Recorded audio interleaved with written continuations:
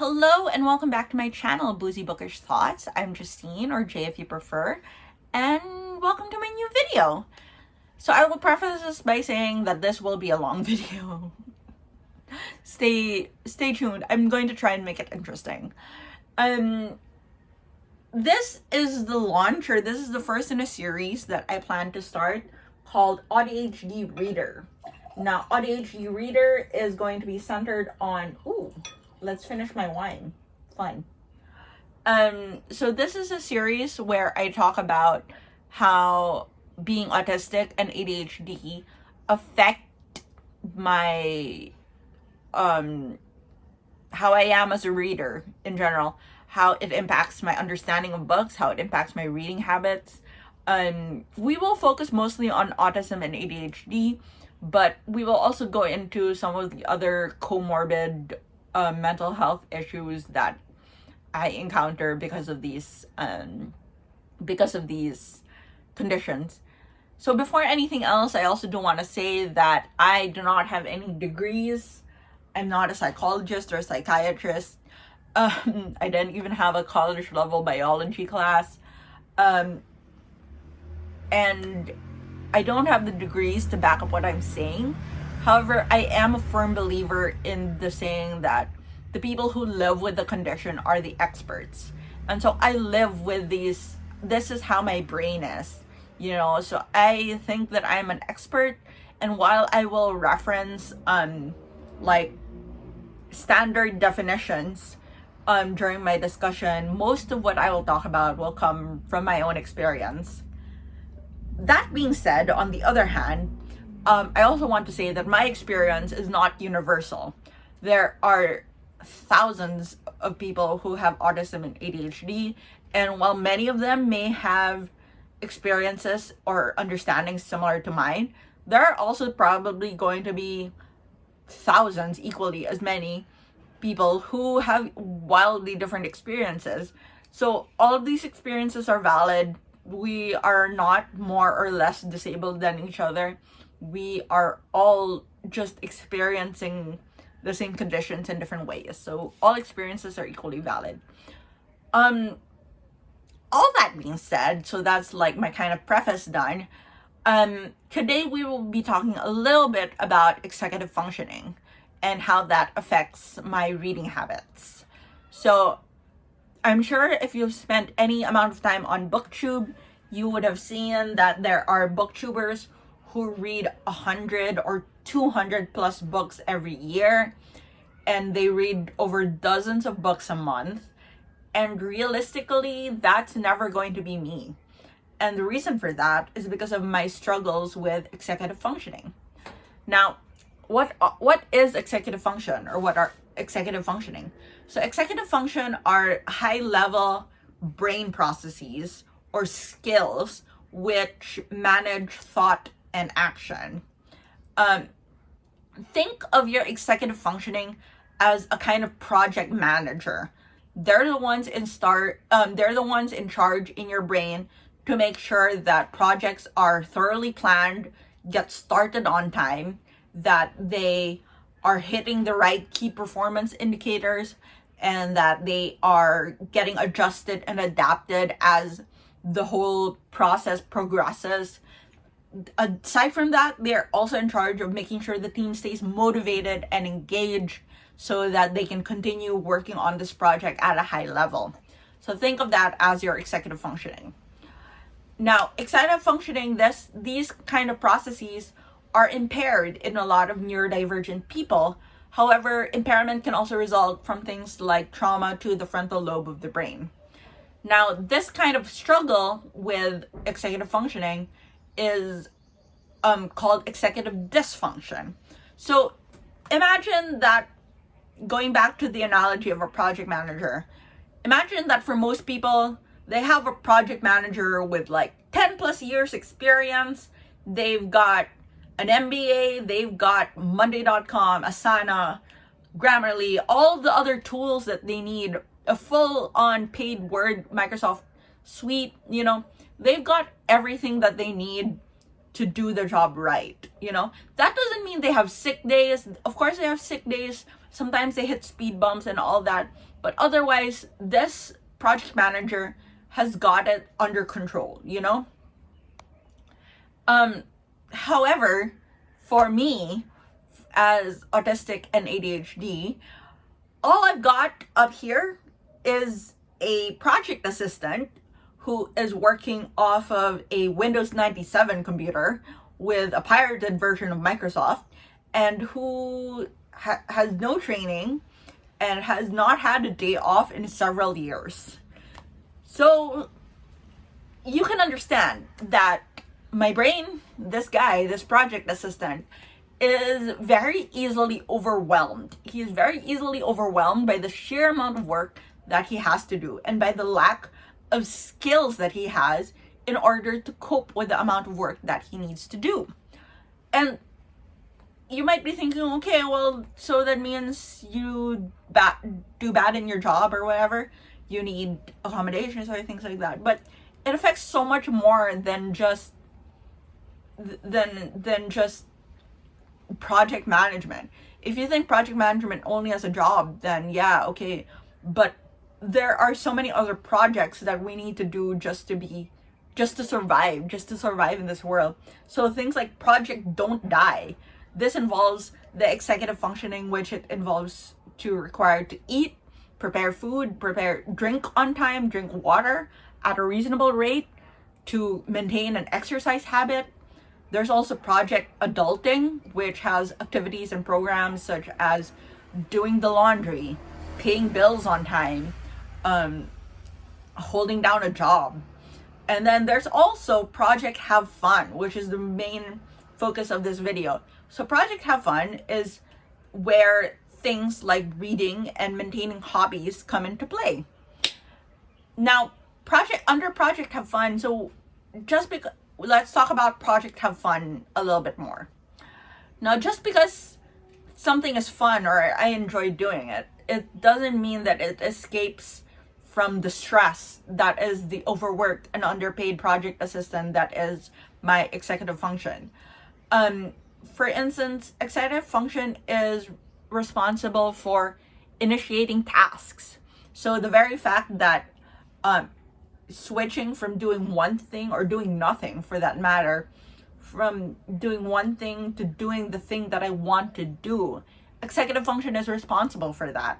So if, for instance, I am lying in bed scrolling on my phone, it's up to my executive function to say, okay, put down your phone, pick up your Kindle, and read your book. So if my executive functioning is too stressed out or too overwhelmed or just unable to spark that ignition in me, I'm not going to pick up my book. No matter how much me internally I'm screaming like, I want to be reading right now. But I'm not. I'm just scrolling mindlessly on Facebook. And it's a struggle. I mean, it sounds so unrealistic for most people, but this is really true. I can't physically get myself to start on something if my poor project assistant of an executive function doesn't sign off on it. Another reading thing that is affected by executive functioning is working memory. So assuming that I get myself to put down the doom scroll and pick up my book, perfect, okay, fine, let's read. Have you ever had a person tell you that they read a single sentence for like 10 minutes? Well, that is a reflection of a problem with working memory. So working memory is the part of our brain which stores information, not for a long term, but long enough for us to complete a task. So when working memory is jeopardized, you will end up reading and rereading a sentence for multiple minutes because your brain cannot retain information long enough for you to proceed to the next sentence and make sense of the entire page. And again, this is a function of your executive functioning. This is something that project assistant is responsible for. Think of the working memory as like a sticky note that you stick on the wall of your cubicle. Well, the project assistant has thousands of sticky notes going on at the same time, and he has no way of knowing which sticky note is relevant to the book that you are currently reading. Another closely related aspect to this is attention. So it's a stereotype that ADHD people have a hard time paying attention, but realistically, it's not so much that we have a hard time paying attention. It's more we have a hard time regulating what we pay attention to. Now, attention is, to give a definition, attention is keeping one's conscious mind focused on a particular task, in this case, reading. So it's not so, like I said earlier, it's not so much that we can't pay attention, it's that we can't choose what we pay attention to. So if you ever heard of hyperfocus, that is a very real thing, and it's not impossible for a neurodivergent person to be so absorbed in what they're reading that the entire house burns down around them without them the wiser. I'm not saying that doesn't happen, that definitely happens. However, for me personally, what happens more often is that I can't focus on what I'm reading because my brain is distracted by other things. What are these other things, you might ask? Well, it might be the fact that my sheets are itchy. Maybe there are dogs barking on the street. Or worse yet, you know what? Maybe the book that I'm reading mentioned orangutans, and I remembered another book that I read about orangutans 20 years ago, and that there's something funny about their eating habits, but I can't remember what exactly that is. And so now I'm Googling orangutans and their eating habits, and that spirals into a Wikipedia rabbit hole of orangutans' eating habits, bananas, Sumatra in general, Sumatran politics. And now I'm not reading anymore. It's so embarrassing to talk about this. But this is really what happens. This is just how my brain works. And once I am distracted by the itchy sheets, by the dogs barking outside, by orangutans, then it's so hard to get my brain to switch my attention from what it's been distracted by back onto the book. Why? Because again, switching your attention from one thing to another is handled by executive function. So there's just no winning. It's just so impossible to maintain a reading habit when you have executive dysfunction. I'm getting emotional talking about this because it's like, what am I supposed to do? What am I supposed to do? Anyway. So like I will say I will read 3 books, 3 print books and 3 audiobooks in a month. But realistically, I have to be prepared to read no books in a month if I just had a high executive functioning demanding tasks for work all that month, which left me with no extra executive function to do fun things, to do Project Fun. So if Project Don't Die and Project Be an Adult took up too much effort, then Project Have Fun is just going to not have any attention put on it this month, because realistically I need to do Don't Die and Be an Adult much more than Have Fun. And that's just how it goes. And so this kind of explains why sometimes I read 0 books a month, why sometimes I read, but on the flip side, on the good side, if I have a good month, if I am feeling go, which does happen as well, if everything is coming up roses for Justine, then I could brush through 4 or 5 books a month. You know, you never know. You never know. It is a dice roll. But anyway, let's move on from all of that and talk about some of the coping mechanisms that I use in order for me to do my best to read a little bit every day. Because I do try to read a little bit every day because I know that my mental health is vastly improved by me spending time doing something I enjoy every day. And so, basically, all of those struggles mean that my poor, stressed out project assistant, who's running the show in my brain, needs help. He needs a lot of help in order to execute all of these simultaneously ongoing projects at once. So obviously, for high level support, we have things like medication, therapy. I have workplace accommodations in place as well. So those kinds of things work to help maintain the entire ecosystem that is the project management aspect of my brain. However, there's also some tips and tricks that you get just from spending time within the autistic and ADHD community that you just learn. You pick up from other people who have similar experiences and you learn tips and tricks from them.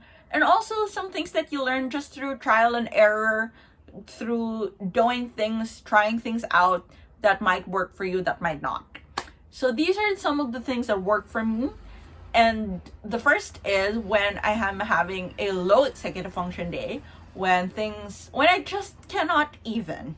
When you hear a neurodivergent say they just cannot even, take it for real. They just cannot even. So when I just cannot even, I turn to audiobooks. And the reason for this is that audiobooks are a lot less demanding in terms of executive function, and they are also easier to do while I'm doing something else. So for instance, I can listen to an audiobook while doing coloring or while playing a Sudoku game. And it might sound really backward, but having additional stimuli that I can control helps me block out other stimuli that I can't control. So I can focus on what I'm listening to while I'm doing the Sudoku puzzle or the coloring or whatever. And I'm able to focus on that because it blocks out other things that might otherwise distract me. So audiobooks have been a huge revelation for me. They are a huge accommodation to my executive functioning, and I love them so much, and I wish I had discovered them sooner. Next is something similar, but for when I want to read books, like print books. So if I want to read a print book, but I'm having a hard time focusing on it, again, it's important to add stimuli. Sometimes you need additional stimuli in order to focus. And so what I like to do, the easiest way to do this is to add music. Listen to music while reading. I usually try and match the vibe of the book that I'm reading to the music I'm listening to. So if I'm reading like a kind of hard-boiled mystery, then I'll listen to rock or metal. If I'm reading something fluffy and romantic, then I'll listen to pop or show tunes or something like that. But just having that additional stimuli to focus on helps me drown out other stimuli I don't want to pay attention to. So that helps. And then another thing that executive function struggles with is with project planning. And like I said, it's very easy for the project assistant to become overwhelmed. So why is he overwhelmed? The reason he's overwhelmed is because the task seems too big. ADHD and autism tend to be all or nothing. We tend to think in terms of do everything all at once or nothing at all. So it's very easy to fall into this all or nothing kind of thinking. And so when I sit down to read, I'm like, oh damn, I have to finish 300 pages today. You really don't. You don't need to read 300 pages in a day. But my brain doesn't realize that. The project assistant in my brain doesn't handle that. So what do? I set a timer for my reading. And I tell myself, you don't have to read the whole thing today. You just have to read until the timer goes off. So usually I will set it for something like 20 minutes or 30 minutes, and I'll be able to read 2 or 3 chapters, which is reasonable, which is what a reasonable or neurotypical person would do, really. And so I read for that amount of time, and suddenly the task seems so much more manageable. Instead of feeling like I have to read the entire book in one day, all of a sudden I only need to read until the timer goes off, and that sounds like a realistic thing, and it makes it a lot less overwhelming. Pro tip to my neurodivergent followers: if you want, you can combine tips number 2 and number 3 and create a playlist that is around the same amount of minutes as how long you want to read. So for instance, for me, I have playlists that are 15 minutes, 20 minutes, 30 minutes, and 1 hour. And I will put on one of those depending on how long I want to read. And I'll tell myself that I will read for as long as this playlist goes on. You can set your Spotify settings so that so that music will stop as soon as the playlist is over. And yeah, so as soon as the music stops, you know that that a certain amount of time has passed and you can stop reading. Yeah, that's just my little pro tip. So after all of these, one other thing, in case you still really need help, one thing that you can do is consider body doubling. So what is body doubling? It is essentially adult version of parallel play. If you have children, or you hang out with children, or I know cats who do this too. If like you have them, where they want to be in the same room with you, they want you to be in the same room with you, but they're completely ignoring you, and they just like go to sleep or play with their own toy, and they're completely ignoring you, but as soon as you leave the room, they're bawling and like demanding that you come back to them. That's the concept of body doubling or parallel play. You can do your own thing, I will do my own thing, but I want us to do that thing to get those things together. So that's very helpful for people with autism and ADHD.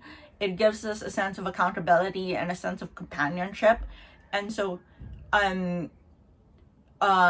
reading with someone for 30 minutes is a big help. Having someone who you can sit with and read, or sit with and do work, is a big help. And it just gives us a little bit of accountability and a little bit of structure, which we struggle to initiate for ourselves. So that was my first AuDHD reader video. I'm feeling very intense because that was very personal, and that was very intense for me to talk about. And I hope you don't feel like I'm making excuses for why I sometimes struggle with giving interesting content or whatever.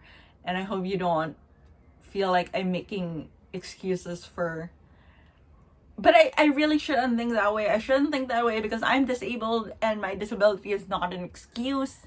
It's a real thing, and that's really how my brain works.